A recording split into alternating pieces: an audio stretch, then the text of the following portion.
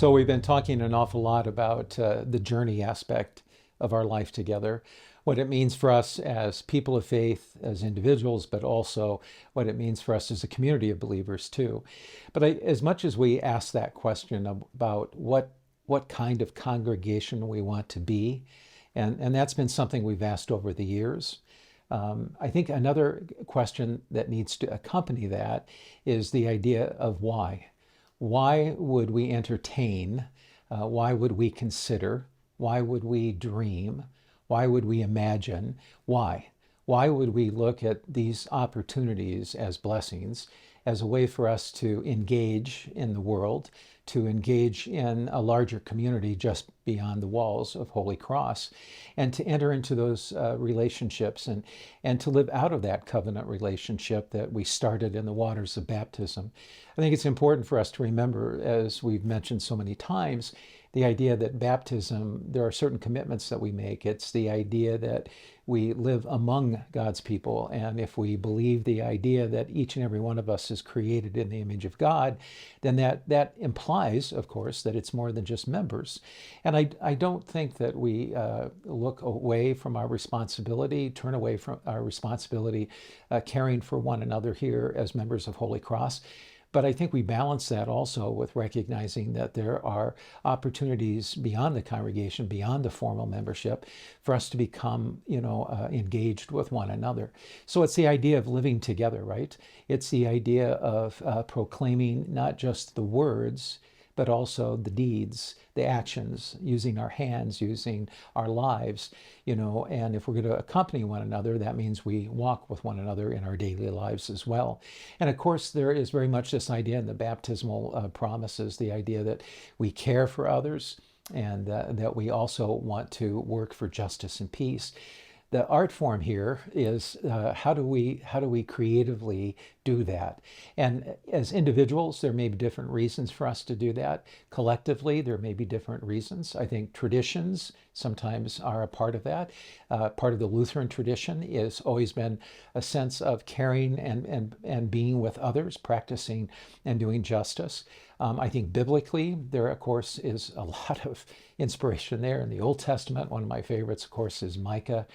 Micah, a minor prophet, towards the end of the Old Testament, chapter 6, verse 8, where he talks about the idea of doing justice, loving kindness, and walking humbly with God. And you think about what all of that means as we try to navigate through life. And that's one of those core values that we hold on to here at Holy Cross, is not only navigating through life, but how do we navigate through life and at the same time compose a life of faith. And so you begin to see these are some of the reasons that we participate and we embrace and welcome the opportunity to be in ministry together. I also think too that, there's that beautiful passage in the New Testament, Colossians 3. It talks about how we have been chosen, but how we live into that chosen relationship, that covenant relationship with God, practice patience and respect and humility and kindness with one another, and how you blend it all together with love. And that's that harmony, that's that balance that we begin to, live into. And of course, Jesus, he got it, right? He understood that when someone questioned him, the religious leader said, of all the 600 plus laws, rules, regulations, and stuff, what's the most important one? And Jesus was pretty quick, wasn't he, to go right to the heart of it. And he connects forever the love of God with the love of neighbor. And we no longer can separate those two. So when we begin to think about why do we do what we do here at Holy Cross? I think there's a lot of reasons, and at different times, we put these all together and they manifest themselves in ways that we care for one another. It's very much the idea that we accompany one another. It's very much the idea that we have compassion towards one another, which is different than always acts of charity too. And it's the idea of respect and dignity and integrity.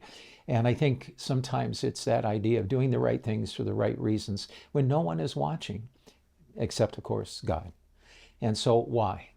Why do we do these things here at Holy Cross?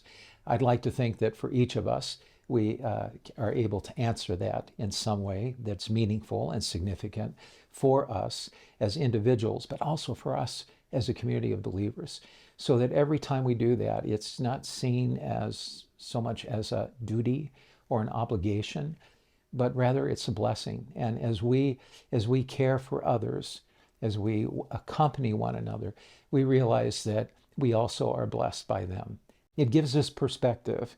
It reminds us again of not only where we've come from and not only where we hope to go, but how do we live intentionally and thoughtfully and authentically in the moment. So when I think about all of these things, I think the same things apply to a community of believers. We are people of faith individually, but we're also a community of believers.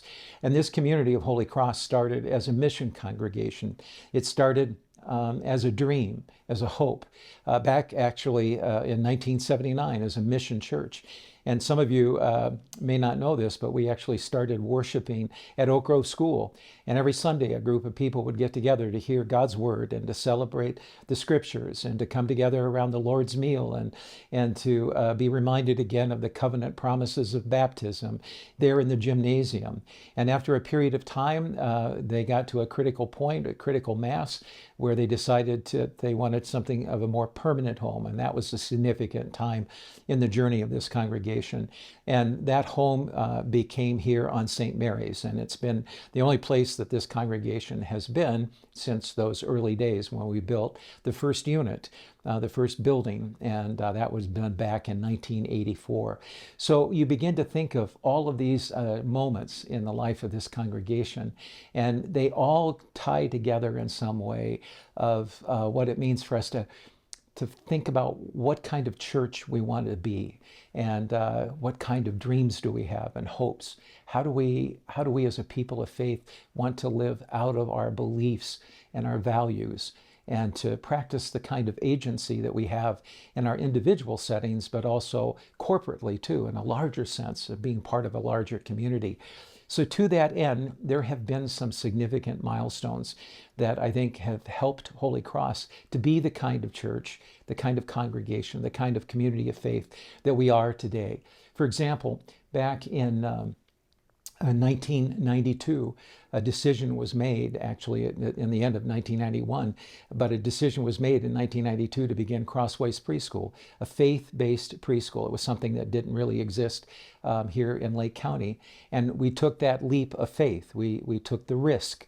We used our imaginations. We lived into that dream, and we said, this is the kind of church that we want to be, that not only cares for our members, but cares for the larger community, and make that a kind of investment in young people's lives. What's fascinating to me is that to this day, Crossways Preschool still celebrates and operates from those same values. And it is a place that all people of different faiths and traditions are welcome. And it's also a place, though, that we're seeing now new parents who they themselves may have been a student at Crossways Preschool who are now bringing their children here. And it's perpetuating the transformation and that investment in a young person's life. Another one of those milestone moments would have been Journey to Bethlehem. And this one, it's been a long time since we've done it, but there was a period where for 5 years we offered this outdoor experience. It was always the first weekend in December before Christmas, and it was about the Christmas story. It was about the journey of Christ. It was about Mary and Joseph making their way to Bethlehem. What was unique about it is that it was outside, and it covered something like about 4 acres of our property here, and there was a cast of well over 500 people that were involved in a support role and so forth. And we had live animals. We had goats and sheep and horses and cattle. We even had a camel that was here, and it all worked together to tell the story about the nativity of Christ and how that birth of that child has made a significant impact in the world that we live in to this day. And one of the things that we decided was that just like Mary and Joseph were unsure about where they might find shelter, we partnered with Habitat for Humanity here in Lake County. And literally over the 5 years that we did Journey to Bethlehem, tens of thousands of dollars were raised through free will offerings at this Journey to Bethlehem event. And it was used to help fund homes to provide shelter here in Lake County for our sisters and brothers. Another way that we participated in something larger than just the congregation was Lake County United. It is a broad-based community organizing effort. And once again, Holy Cross provided leadership. We were one of 13 founding congregations have helped create this. And as a result of Lake County United here, it's made a huge difference in the areas of advocacy as we think about providing affordable housing, access to health care, educational opportunities, and equity. So there have been two housing projects, one in Mundelein, one in Grayslake, that have been brought to fruition as a result of Lake County United efforts. And Waukegan College is another one that has made a huge difference in young people's lives and in their families and here in Lake County. Feed My Starving Children, and again, Holy Cross was responsible for bringing that to Lake County. We started the first mobile pack, and on that pack, we packed a little over 330 some thousand meals. We had about 12 to 1,300 volunteers over a weekend. It was done at a donated facility up in Zion and on a loading dock. We had such a powerful experience thinking about this is the kind of church that we want to be and making a difference. We began to dream, and we decided the next year we were going to pack 1 million meals. And at the time, there was a brand new Lake County Fairgrounds facility. We reached out to them, and they gifted us with that facility over the next 4 years. And over the next 4 years, we packed 1 million meals every December over one weekend. And we would sometimes have 5,000 to 6,000 folks from not only this Lake County, but even from other states that would come and participate in that. And it helped us to begin to understand and define the kind of congregation that Holy Cross wants to be. Cool Food Pantry is another example.